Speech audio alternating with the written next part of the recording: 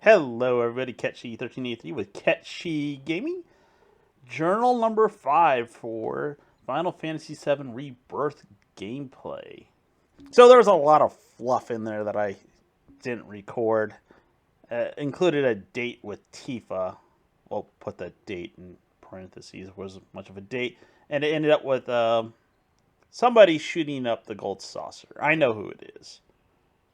Anyone who's played Final Fantasy knows who it is. And you end up going down into what used to be the living area for workers in the Gold Saucer before they brought them back up to Gold Saucer, which just seems like a bit of a nightmare if you ask me, having to live so close to where you work. And then they have a cutscene where they get captured, and this whole entire thing makes zero sense to me considering all the stuff that we've been through and all the actions you see them do in cutscenes, and they're easily manhandled by a bunch of thugs.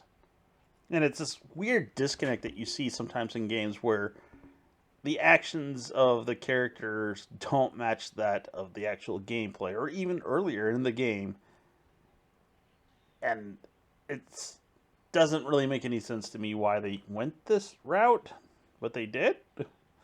And this is where they introduce Gus, all blinged out and dressed in his fancy-ish clothes, even though he's living in a desert.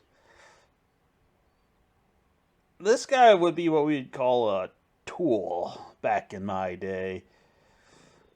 I suppose that's on purpose. He's basically a different version of Don Corneo, but not nearly as pathetic, but definitely a little bit more on the creepy side, especially with the gold teeth going on. I mean, I had to do a double take on that one. I went back and watched the recording. I'm like, yeah, he has gold teeth. Anyways, he ends up locking the whole entire party up, except for Cloud. And apparently the reason for this is he knows that Cloud is a merc and he's heard of him, and he wants him to ride a chocobo for him. I mean, personally, if I was going to choose anybody here to ride a chocobo, it'd probably be Kate Sif there. And maybe Aerith after that.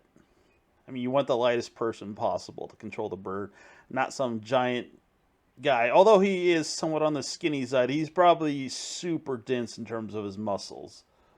So, as Cloud, you have to go around and get some greens for Pico there, the chocobo you found in the grasslands with Billy there. I'm going to admit that I find the chocobo handler, she's actually kind of on the cute side. Just a little bit. Not a fan of the platform shoes she's wearing. Maybe not so much the midriff either, but otherwise, yeah, she's kind of cute. So, in order to get the greens that you need to get Pika's strength up, you got to do various tasks. I missed some of them here, but you're able to go back and get them later. Some people say that the gloves that you get for doing this, if you max everything out, is missable, but you can do it at any time, so I'm not entirely sure about that. I guess technically, yes, if you don't do it, they are missable. But it's a return of a mini game that they had in the remake where you just smash boxes. So it was pretty simple. It took me 2 tries to get the best score possible. Not that particularly difficult. The only reason why I probably didn't get it the first time is I was getting the lay of the land of where I needed to go in order to max out my score. Although it's not nearly as hard as the one that Yuffie had to do in the intermission gameplay. Whoa. I hated that. Absolutely difficult to get the best score possible for that, which is every single last box with a certain amount of time left over, I believe. Or maybe just every single last box. I can't remember. It was difficult. This is not nearly that hard. And I want to say they actually learned from that to some degree. So you get the greens and then you ride Pico. And I already covered Chocobo Racing. It's actually really, really easy. There's only a couple of tracks that gave me any real trouble. And I'm talking about the ones that you get towards the end of the game, too. I'm actually really behind in putting these journals together if you haven't figured that part out. I should really just play catch up and then start playing again. So that way it's fresh in my mind. But yeah, no, Chocobo Racing's really, really easy. Like, I pretty much use Pico for all my races. Except for one, because I wanted to try a different chocobo to see how well it performed. But, yeah, no, Pico is by far the best, at least as far as I can tell. So after you win the race, everybody goes free, and you go and get Dine, the guy that has a gun for an arm who went nuts in the Gold Saucer, killing a whole bunch of Shinra troops. And Barret lets the people know of his tragic past, in which he was one of the people who convinced Corel to build a Maka reactor, or let Shinra build one, and it blew up. And for some odd reason, Shinra's response was to come in and kill everybody, except they failed to kill everybody. But in the process, this is how Barret lost his arm, along with dying. I don't think I can show it, so I'm not going to. I usually would, but it's kind of on the bloody side. I mean, it's not that much blood, but. And Dine here is actually Marlene's father right here. So I'm not really sure how much they conveyed this in the PlayStation back in the 90s, but there's definitely something wrong with Dine other than that he's just out for revenge. Like, he's not all there in this cutscene. And I suspect, along with a little bit of psychosis, maybe due to head trauma, PSD, a bunch of other issues. Yeah, he goes nuts and tries to kill Barret. And I'm not gonna lie, this fight was pretty one-sided and not in my favor. I had to use a ton of items to get through this fight.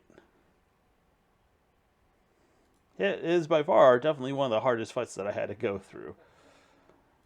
Doesn't help that Barret's a bit of a slow clog, and let's face it, they definitely upped his damage way more than Barret could dish out.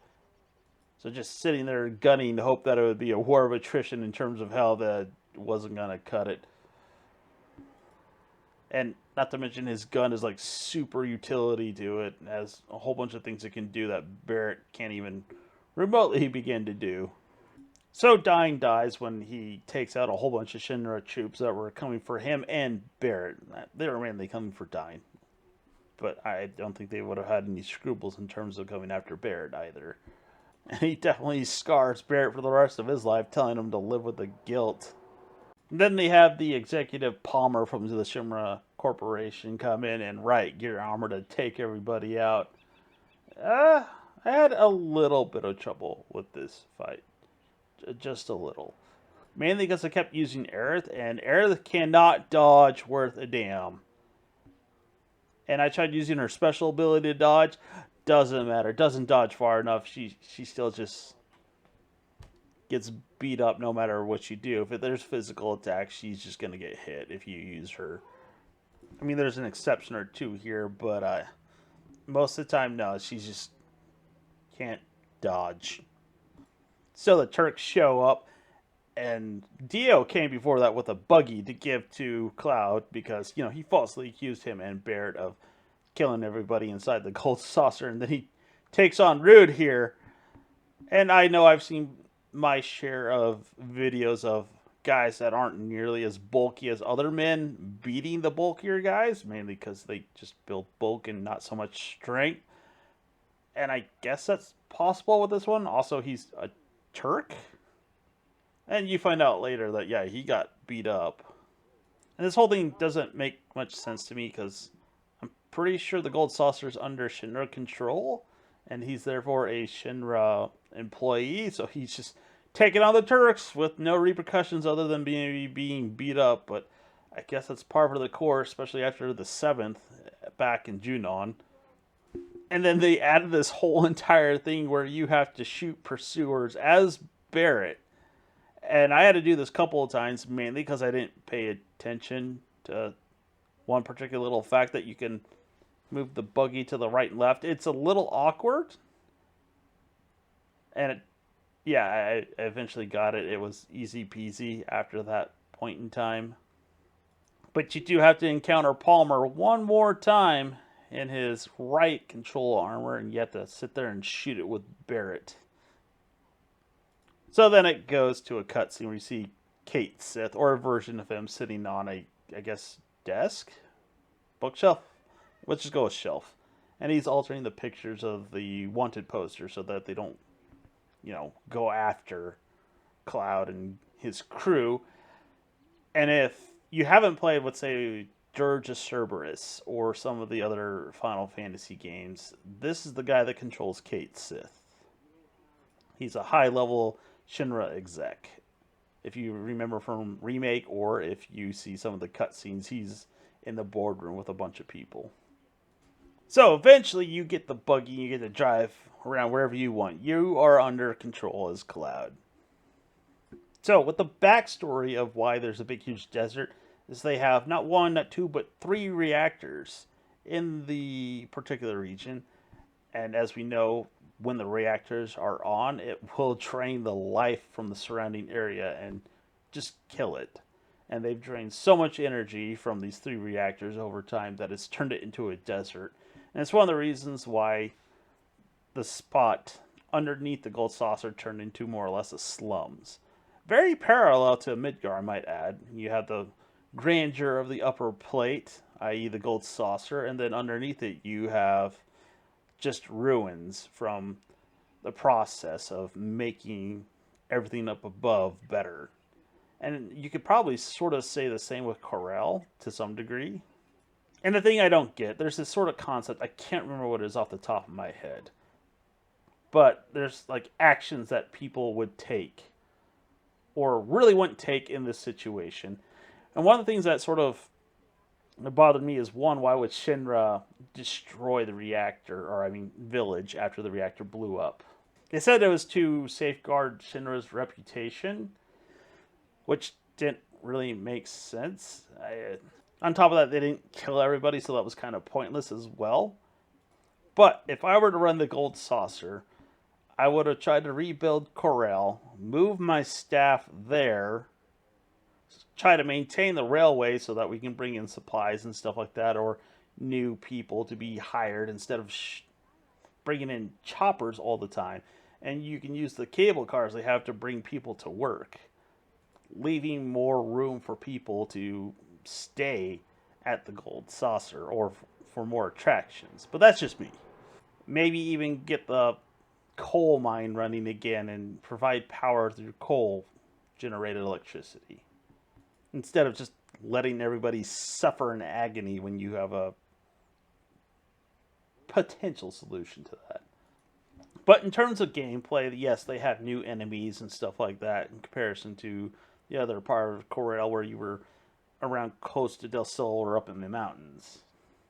Nothing really new there, but the overall gameplay still stays pretty much the same, where you gather intel by doing the whole entire tower thing, very reminiscent of Assassin's Creed, which I'm pretty sure I said before, but it gets kind of old when you have to repeat it constantly, and not much different happens whenever you go to these towers. Yeah, there's some monsters at the base, but that's it. Heck, when you discover the mana pools, or sorry, mana fountains, it's still pushing triangle. The only thing that's even slightly different is when you go to the shrines of the various summons, is what buttons you have to push and what part of the circle you have to push those buttons. That's about it. It's very repetitive and not in a good way, or a fun way, to be honest. It feels more like busy work and kind of filler to some degree. So when I finally started gathering the proto relics, you encountered them inside a Shinra reactor where the Cactuar have taken up residence. And you have to go through this whole thing where you have to find a shrine using a Cactuar statue, and you get forced into a Cactuar sort of pose. And you go in here and you see Kid G, who's a goblin, and he's working with the Cactuar to control who eventually gets a hold of these relics. And it unlocks a new mini game where you have to destroy Cactuar in a certain amount of time in order to get a certain score, or at least a score high enough. I mean, I always aimed for maxing out my score so I could get all the rewards for it. Never repeated it after that because I didn't particularly care for it. It wasn't annoying. It gets annoying on the harder version, but it just wasn't fun enough to just keep doing over and over again. It was barely even worth just getting the rewards for it. And there's another version where you play as Aerith. Hers is a bit harder. But oddly enough, I actually found hers easier on the expert level versus Yuffie's. And the thing that kind of annoyed me about this is you only get to do two, and then they just cut you off until you get towards more or less the end of the game. And I'm not sure why they did that, but that's what they did. So you have to leave the Corel region without 100% doing all the intel. So I'm going to skip over some parts I did. I just went back to the Gold Saucer, did a bunch of the mini games, which I already covered. But I decided to go against the Tomberry King to get his crown. And this took a couple of tries. And I eventually had to look it up because it was super obscure what you were supposed to do to get the best crown. Turns out you need to steal it once you knock it off his head with somebody who has the steel materia. Like, no indication whatsoever that's what you had to do or that was a thing, but that's how you get the best crown in the game for Johnny. And honestly, I really hate fighting Tomberries in this particular game. They were bad in, I want to say 15? And I want to say they were bad in the remake. They're really bad in this one. Like, super freaking annoyingly bad. And I'm not a fan of one-shot kills. I mean, if they had a way to sort of negate it, I would be fine with it. But even the smaller ones will just absolutely devastate you. And one-shot. I mean, that's the point. But when you're doing an action RPG versus a turn-based where you have so much time before they stab you, it's a different story. And it gets worse, because there's actually a arena battle later on I'll talk about that really made me mad when you had to fight 10 Tomberries at once. And that's when I went into Gungana, a jungle sort of region. And I'll cover that next time. So if you made it this far, thanks for watching. Have a good one.